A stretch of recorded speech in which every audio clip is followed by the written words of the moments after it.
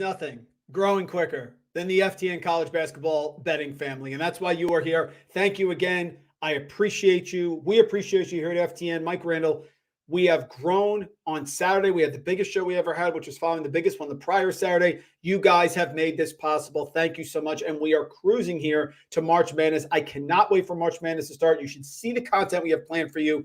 Conference tournament previews, March Madness videos, special guests, ton of stuff. The team here, Frank Brank, Mike Kutry, Walt Waddell, myself, we are killing things across the board. Matt Joseph put his best bet out today. It's already live here on the site. So as always, thank you so much for joining us. Love to have our normal guests back. As always, Trevor in the house. Of course, it would be a show without Trevor. Grant, great to see you back. I need some wins today, Laurent. I think I have some in my pocket. And Joey, my man, first plus 100 unit day from the Saturday show. Ready to ride again. Thanks, Joey. Appreciate you as always, brother. So here we go, folks.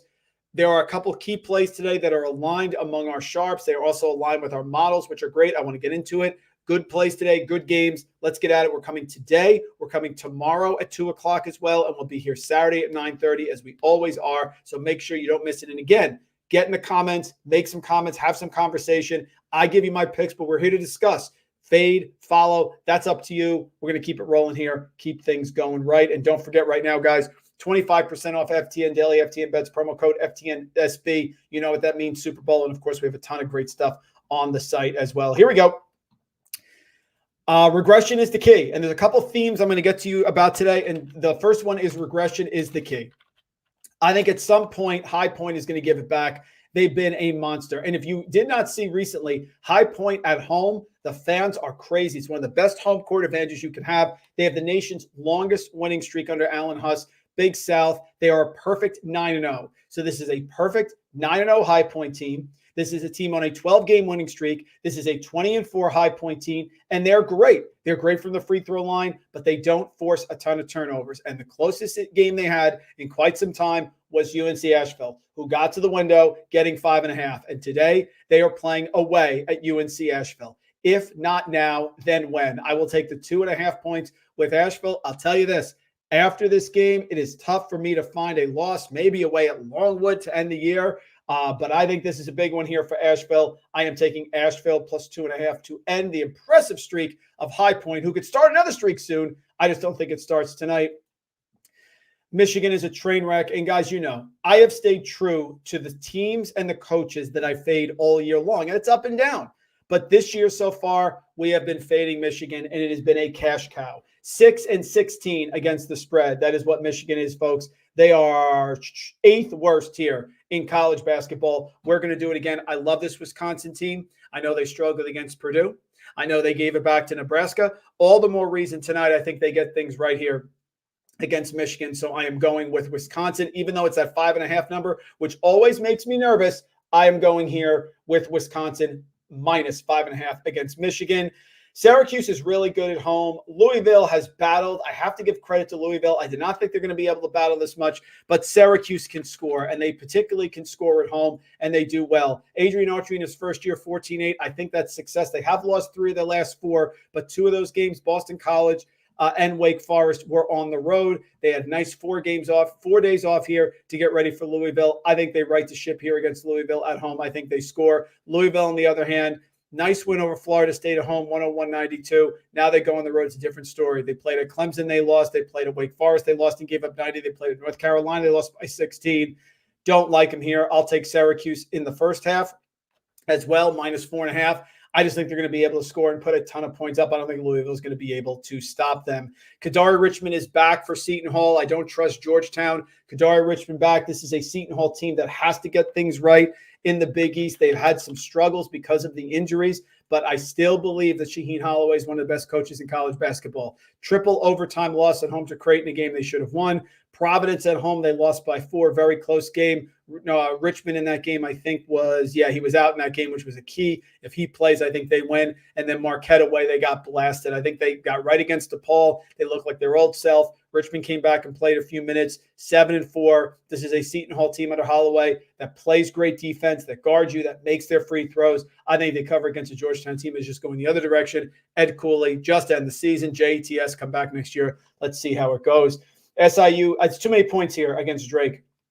Drake has been great at home, but SIU to Edwardsville under Xavier Johnson is a big-time scorer, And these two teams played away, so it's a payback spot here. Drake won away at Southern Illinois by 18 points, but Southern Illinois has been a lot better lately. Southern Illinois makes their free throws. Southern Illinois is brilliant at defending the three-pointer. They're number one in the Missouri Valley at defending the three-pointer. And like I said, there are a few guards better than Xavier Johnson, who's hanging up bingo numbers here, 29, 28, 27, 22, 26, 31 points. He hangs them up all over the place. I don't like Drake. I think it's too many points. People are going to say it's a bounce-back spot for Drake because of the recent loss to Indiana State. I'll take 10.5 every time. I don't like this Drake Bulldogs team.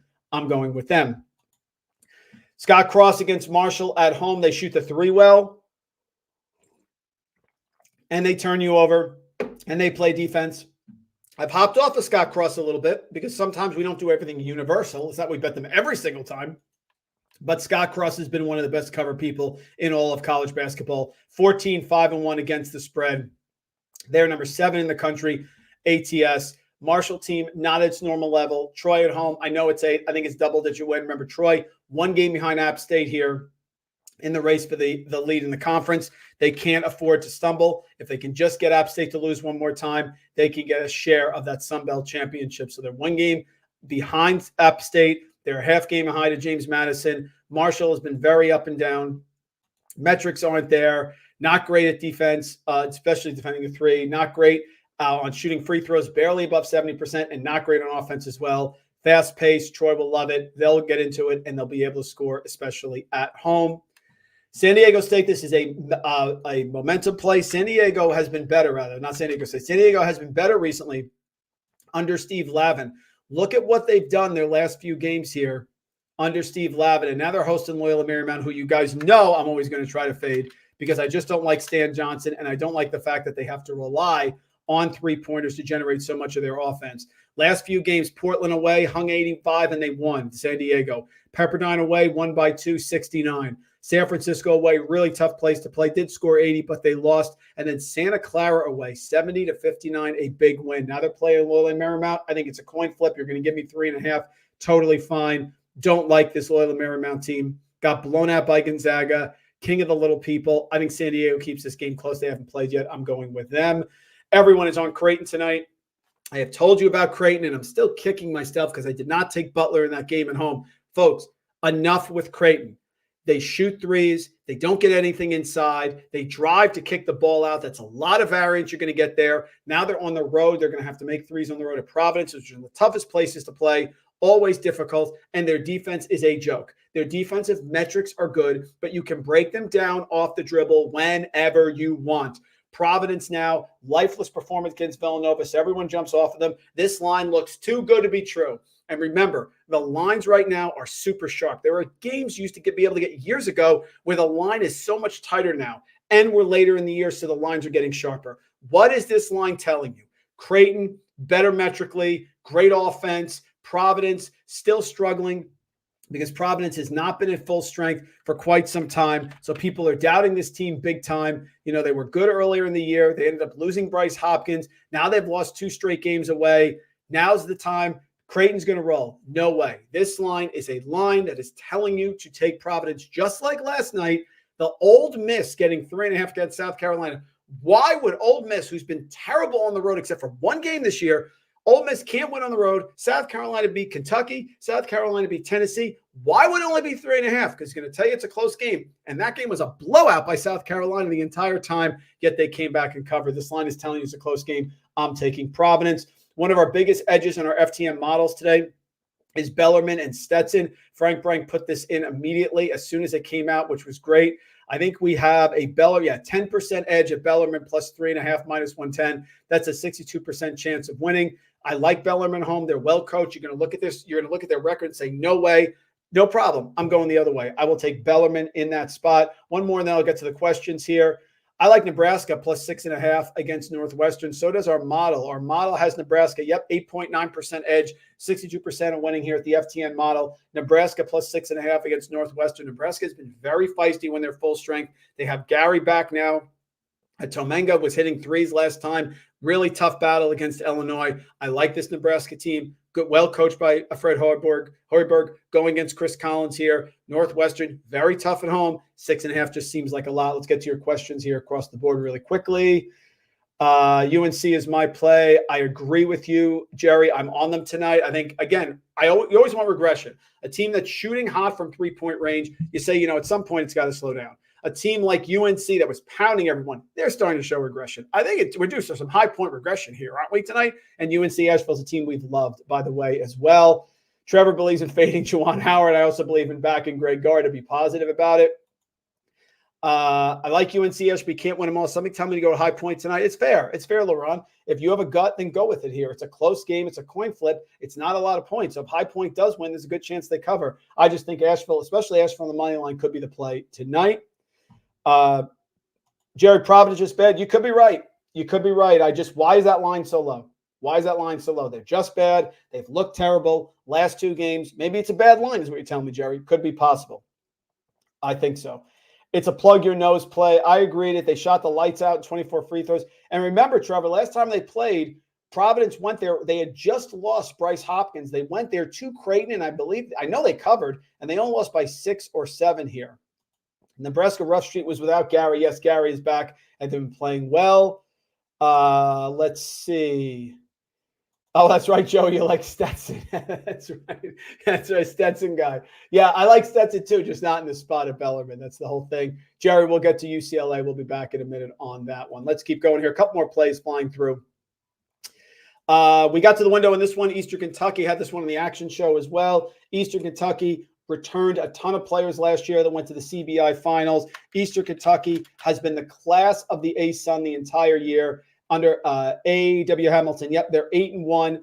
They are looking to lock it up. They have a 2-game lead on Stetson, so they want to put things away here. They're playing Florida Gulf Coast. They lost to Queens away. They came back and won away at Kennesaw State. So after 2 games on the road, one of which was an upset, I think they return here against Florida Gulf Coast, and I think they cover. Moving on to some games here. I think this one is also a huge feeling for us. Yeah, let me just get to the next one. This is my hold the nose spot of the entire slate here. There is no reason this line should be this small. St. Louis is terrible. They've struggled all year. There's rumors that they want to make a coaching change. That Travis Ford is not doing a good job. St. Louis is god-awful. They have lost 6 straight games here, and now they're playing LaSalle, and it's only 4? Why is it only 4? LaSalle team under Fran Dunphy, who started the year 8-2. Why? Because they've struggled as well. Fran Dunphy, I don't know if he's quite long in the tooth to return to coaching here. Great coach. I just don't know if we're at the point where maybe he needs to move in a different direction. They are last, the Explorers, in the A-10 at 2-point percentage. They are last at defensive rebounding. They are second to last in 3-point shooting. They're just not a good team. I think St. Louis is terrible. I think this line is too low. But something is telling me to take St. Louis here. I just like the Billikens. I think they keep this game close just because this line makes absolutely no sense. It's way too low.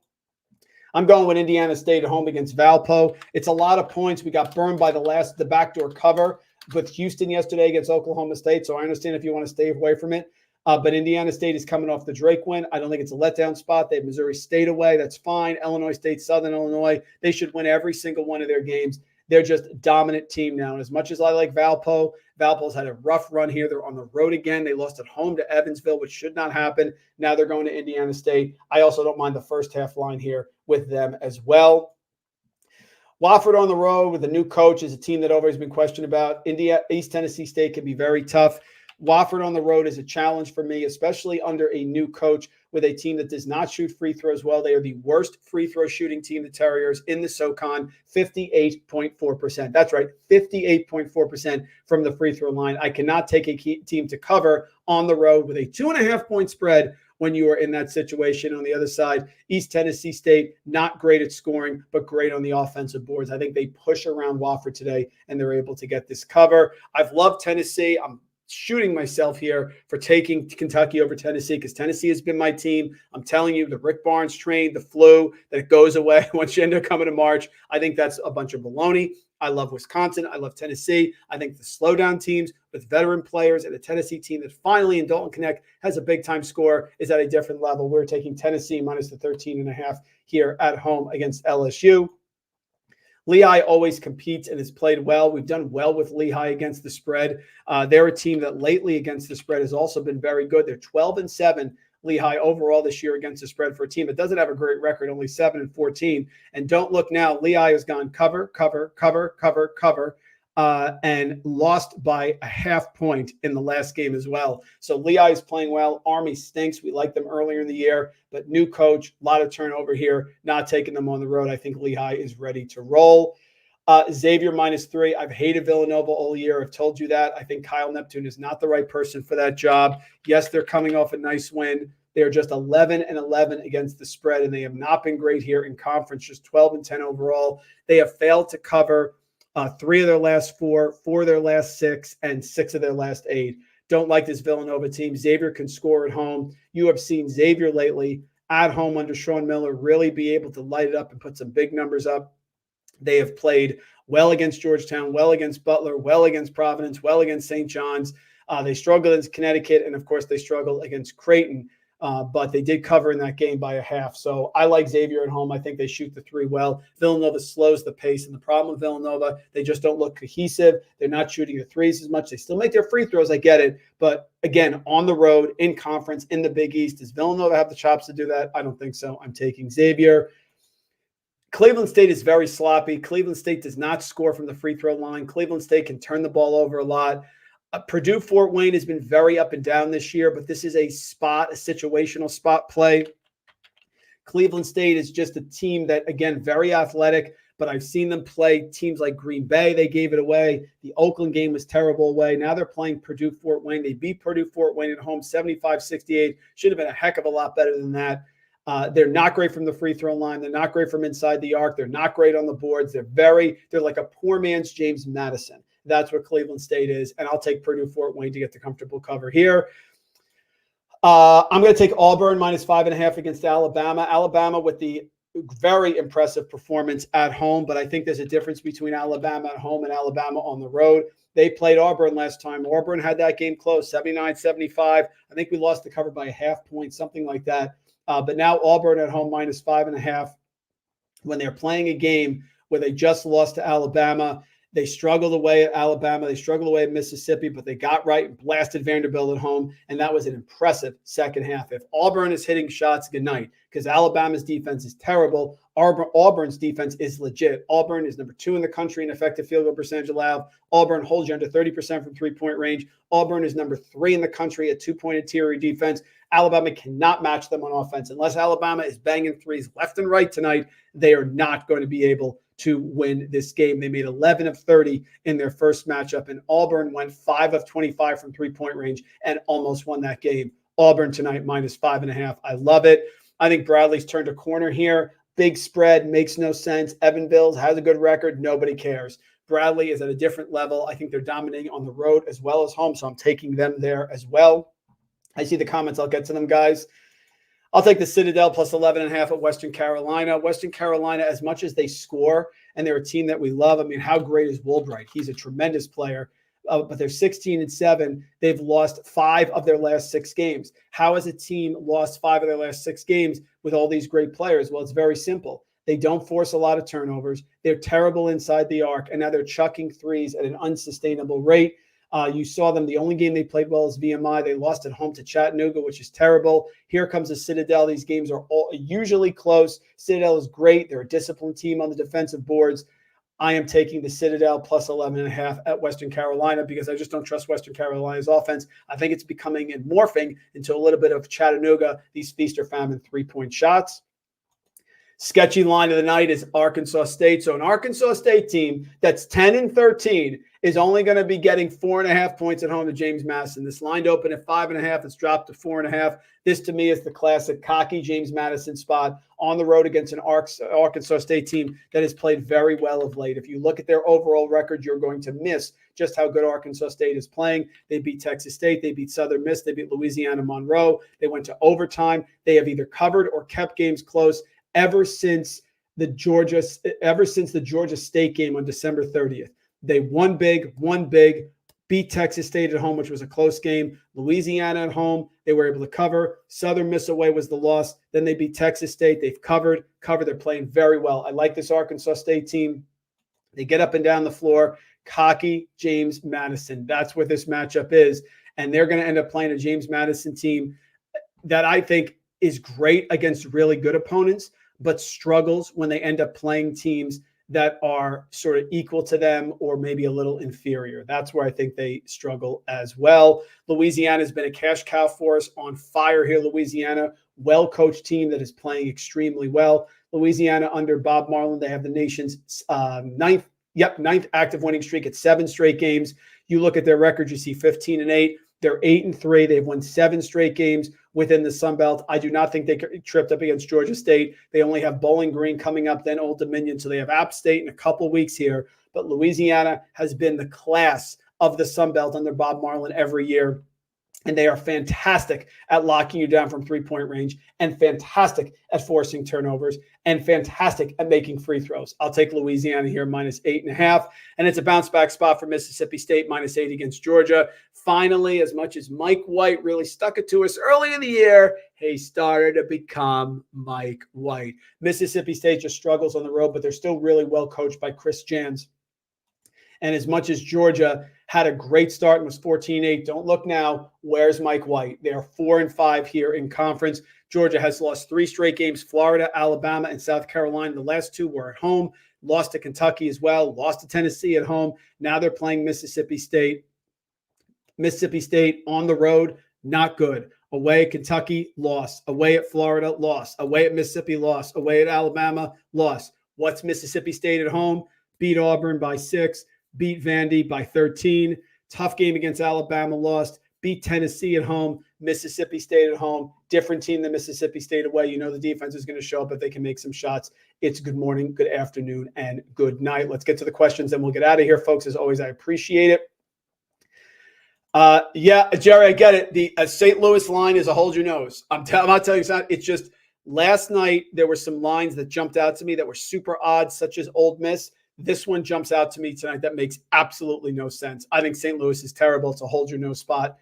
Completely got it as well. The kid from Indiana State, LaRon, is nice. He has Avila. I think you're talking about Avila. He's tremendous. Just absolutely fantastic.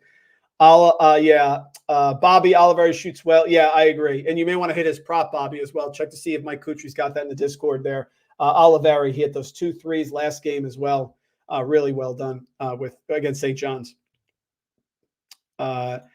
Yeah, Alabama. Listen, people have different opinions. I don't think Auburn's fraudulent. I think Auburn, if they shoot well, they're lights out. I like this team. I think the fraud team, in my opinion, Jerry, is Alabama. That's who I think the fraud team is. Let's see. Auburn shuts the 3 down yet. Fast pace here. Did we touch on Mason, Grant? Let me get to Mason. Sorry, hold on a second. Did we touch on Mason? The Loyola Chicago game.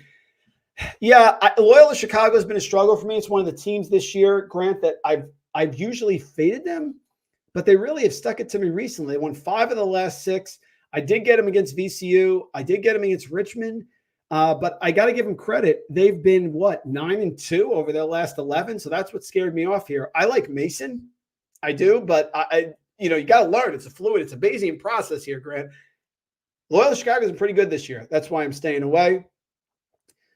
Alabama and Creighton are the same team. I do think, Jerry, that Alabama is a little better than Creighton because at home, they really do put teams away. Creighton does not put teams away at home. Look at what Creighton's record. You talk about fraudulent with Creighton.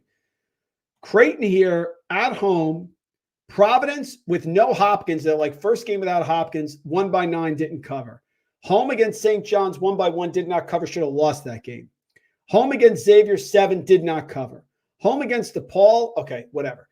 Yeah, I think they're the fraudulent team. And honestly, they beat Alabama at home. That's what's funny, 85-82. I don't like either team. There you go, folks. Plays are in. Be back again tomorrow. Appreciate it as always. Hit a like, subscribe, tell a friend, share it to somebody. Again, the purpose here is to build a college basketball community. That's what we're doing. We have good streaks, bad streaks, but the community has been great. Things are going well. Discord is great. Mike Kutri's hot again. Frank Frank's models are scalding hot. Come on, join us, build the community. Come by, have some college basketball therapy, we're calling it. That's what we're doing. Tomorrow, we'll be back again at 2:00 p.m. Make sure you join. Very excited to have you as always, folks. Thank you. Mike Randle, Chief Content Officer, FTN. Tomorrow, 2:00, Saturday, 9:30. Today, window. We're getting there.